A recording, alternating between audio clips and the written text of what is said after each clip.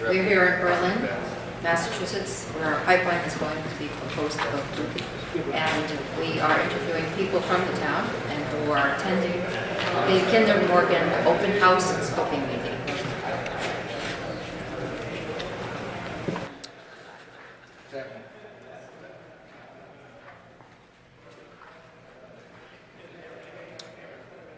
Laurel, do you want to stand here and just say where we're going? Police have asked that we move, cannot be in the auditorium where the Kinder Morgan people Here you are. go.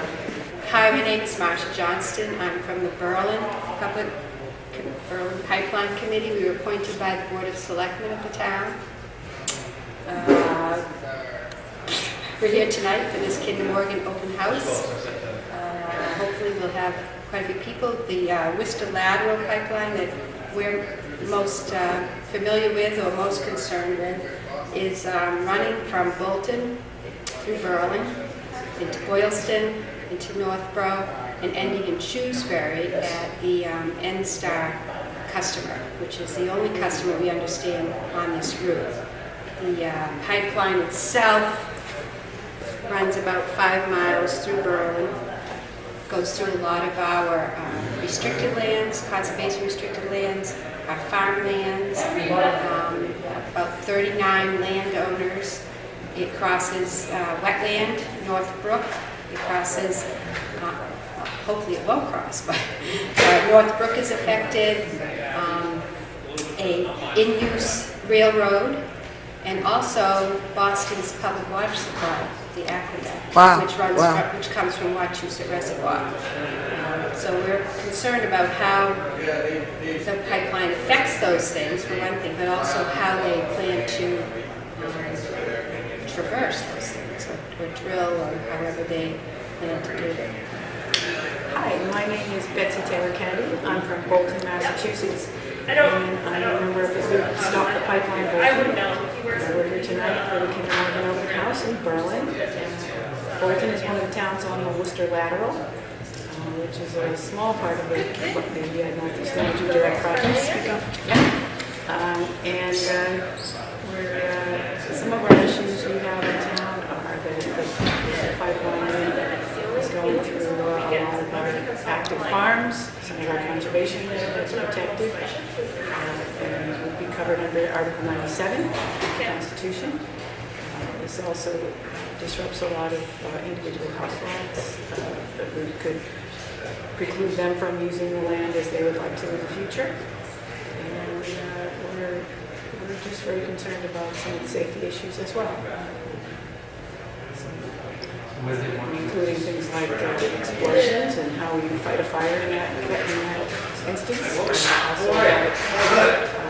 safety of the chemicals used in frac gas, and when that's cleaned out of the pipeline or burned off of the pipeline.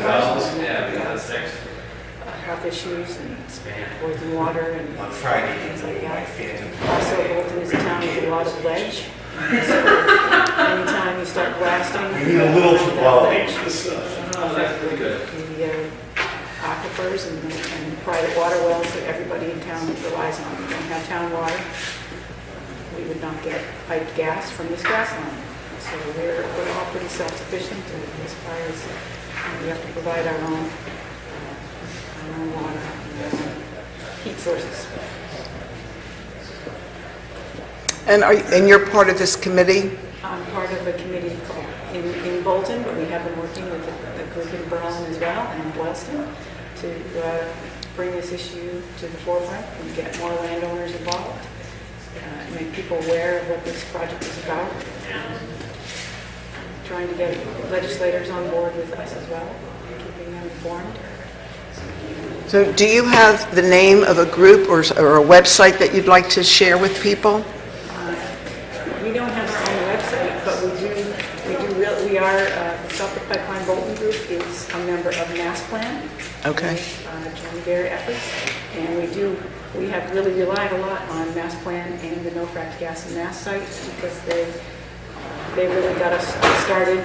Folks out in the western part of the state were involved in this for several months before we even heard what it was about. So, but we've all been sharing information, sharing resources, sharing contacts that we have, and we've had a very good rapport with people, and I get lots and lots of emails every day with people, with comments and help from people across the state. So that's been a really good way to try to figure out this whole project.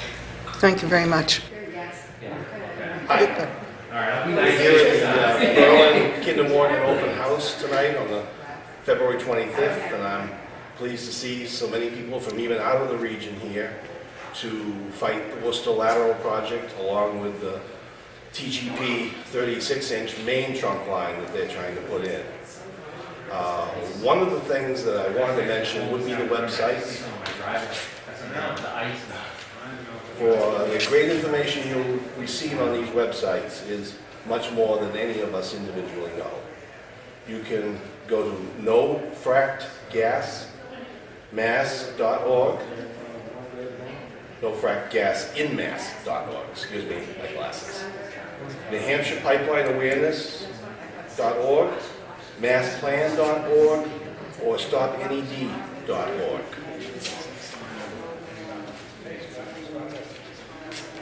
Many people are going to be coming into this open house tonight, and they're going to be expecting to get specific answers from Kinder Morgan. But in this trade show format, they're not going to be allowed to do that.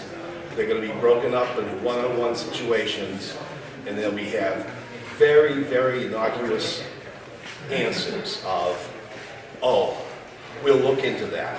We'll make it right. We build everything to regulations. That's never happened.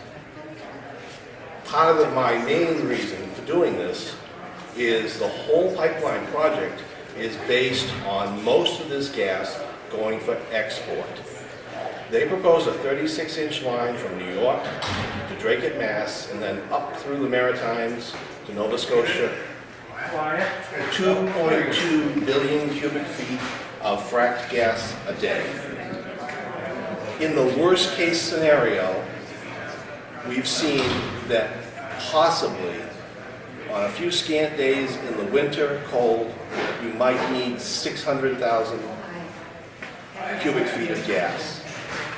That is a figure, by the way, that is totally sustainable through the LNG supply of district gas in Boston with no new pipeline structure. So 2.2 versus 600,000. My 6th grade math says that's 3/4 of the gas is not going to be needed for our utility plants or heating our homes. That's going overseas for export.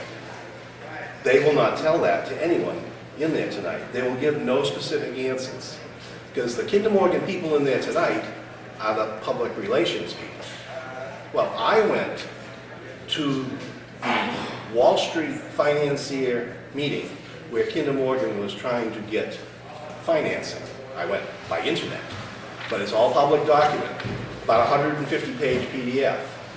And it's called, and you can Google it yourself, because I've been accused by them of photoshopping it,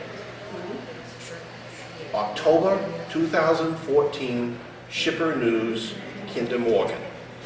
With that, you will go right to a PDF site. The Google search will take you there. And here's a devastating page, page 48. On page 48, they show the PR guys can't tell you how much they're going to export, but their sales guys have told the Wall Street financiers that they're going to be exporting 13.4 billion cubic feet of fracked gas a day by 2023. That's what that big chart going up is showing you. And that's not all they've got for you.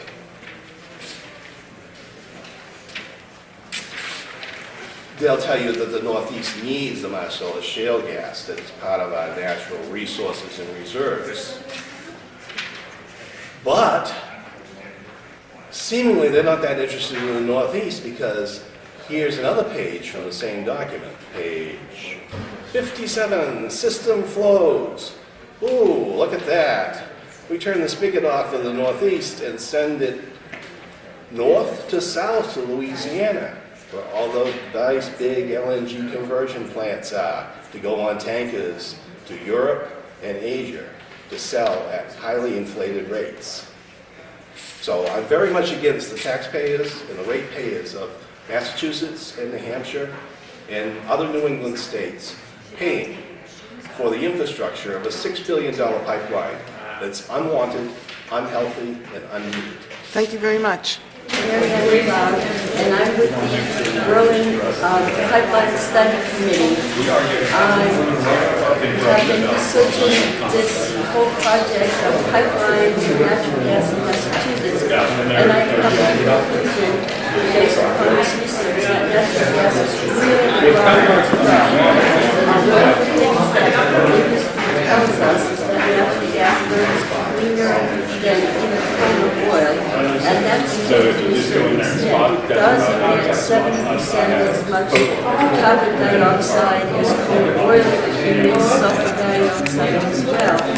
What they never tell you, they stop right there that it burns somewhat cleaner than coal or oil. What they don't tell you is that this is much more than this one, 87% more, and methane is a much more potent and dangerous greenhouse gas than carbon dioxide. And it persists in the atmosphere much longer than either one of those. This whole pipeline project seems to me really misguided. We should be investing in alternate and sustainable energy sources, not coal, oil, or gas. And one of the reasons I really believe that is because coal and gas was buried deep underground because the atmosphere could not sustain it here. We should be leaving it there. Solar, wind, there's any number of sustainable and renewable energy sources that we could be taking advantage of. This pipeline is not for our benefit. It's going to transmit a lot more energy, a lot more natural gas than New England can possibly use. Most of this is for export. And on the export market, they will get a lot more money for their product than can be obtained in here in the U.S., up to 3 times as much, if not more. So that's their profit motive. Plus, the pipeline is going to be on the backs of ratepayers, either through a tariff on electricity or some sort of tariff, an increase in electricity rates, which will give Kinder Morgan a significant profit margin that they might not have otherwise. We already pay a lot of money towards our electric rates, and those will continue to go up. One of the things that I'm really interested in is that natural gas is not safe. There have been a lot of accidents. The potential for more accidents is there already. The pipeline is destined to go through a lot of sensitive land, conserved land, farmland, neighborhood lands, wetlands, swamplands, you name it. It's going through lands that should not be touched. They should be preserved. Article 97 protects conservation land in Massachusetts, and yet Kinder Morgan wants to negate Article 97 and allow the pipeline to go through those lands. It's a very bad idea. We should be moving towards sustainable energy, not towards fossil fuels. And I guess that's basically how I feel about this whole project. This is a project for people who want to make lots of money, Kinder Morgan officials. This is not for our benefit. And I guess I'll end it there. My name is Julie Schechter. I live on 72 West Berlin Road in Bolton. And I found out about the pipeline when the Kinder Morgan representative first came to the house and presented my husband with a piece of paper asking whether they could do a survey on the property. I was very fortunate that he simply took the paper and told them that he would get back to them. And then we proceeded to educate ourselves as to what was going on. I have become over time increasingly convinced that the pipeline is not only a bad deal for us locally, but unnecessary in general. It appears that the gas that is being piped is not only from the Marcellus Shale, which is the result of fracking, which is damaging to the environment, but the gas that is being taken along the pipeline seems to be primarily fated to go abroad.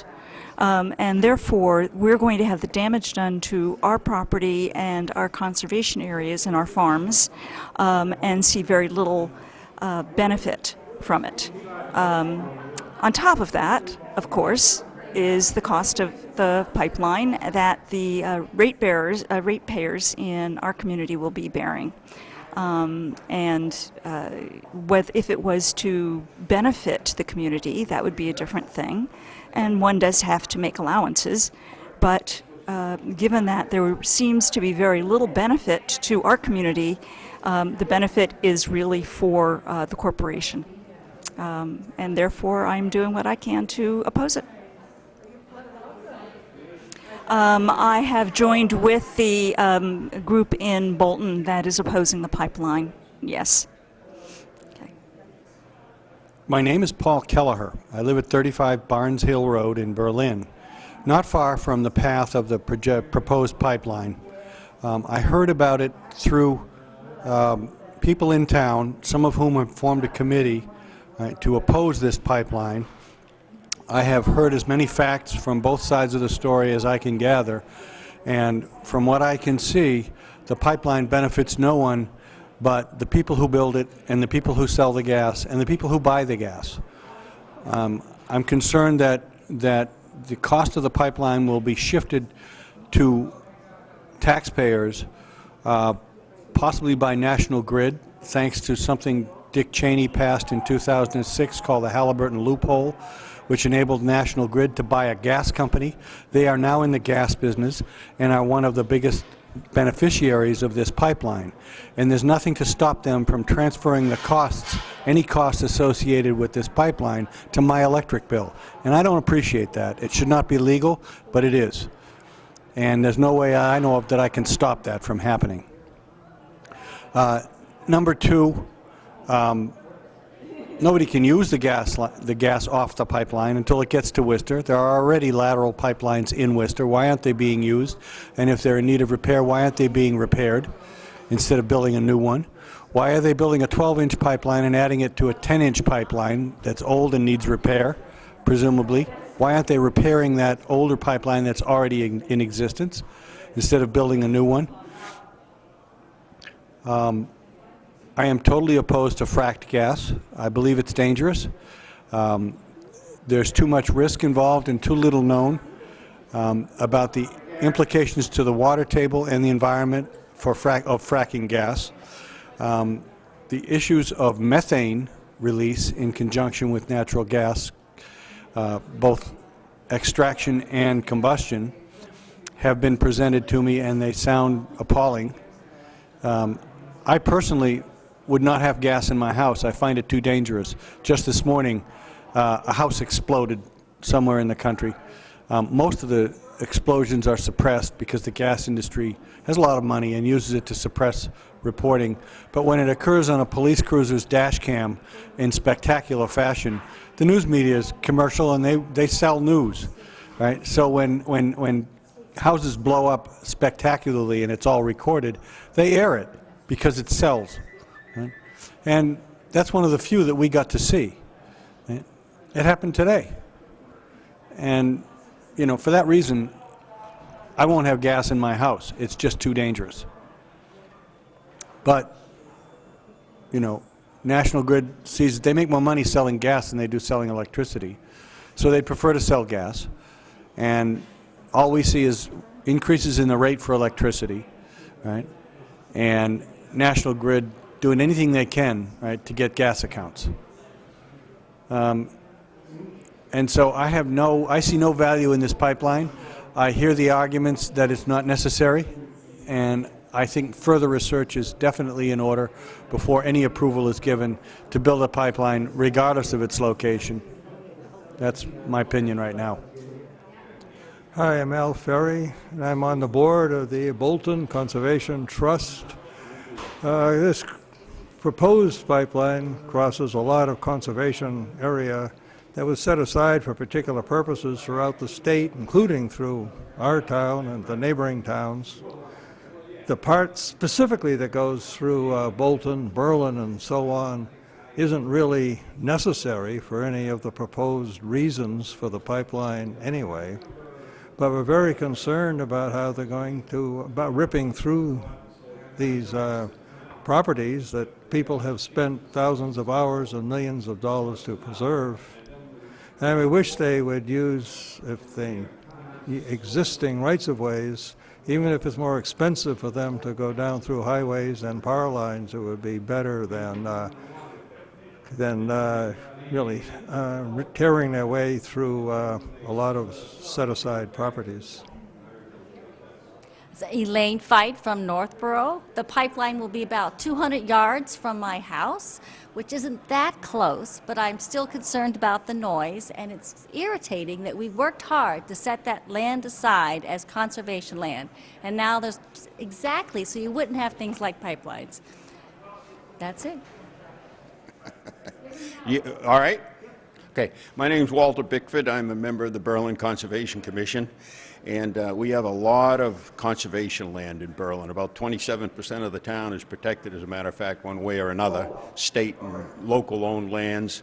And we feel very strongly about keeping them natural and without intrusion into them and manipulation of them, and just letting nature take its course. And we just don't think it's right. And I think this Article 97 of our state constitution hopefully will prevent that, and it'd be very difficult to get across Berlin without touching conservation land. So hopefully that'll help us out a little.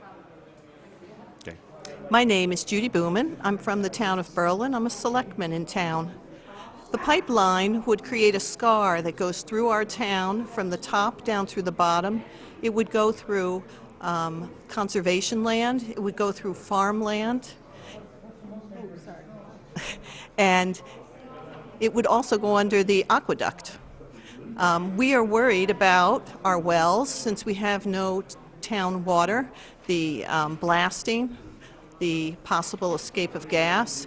We're worried about our septics for the same reason, if they have blasting.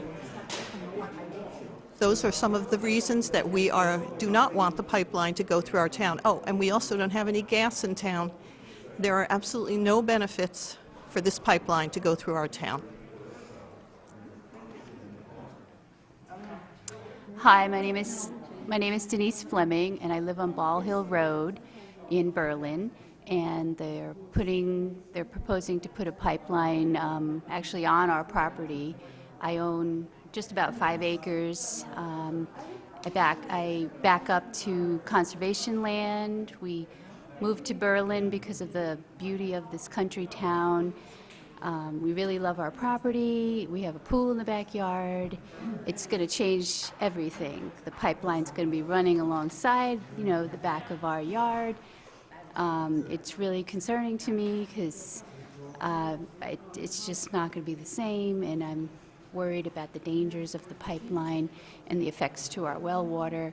And I do not approve this and feel as though I have no rights. And who's going to speak for the people like us that are opposed to this? So I wish I could do something more, so I'll be trying. Thank you.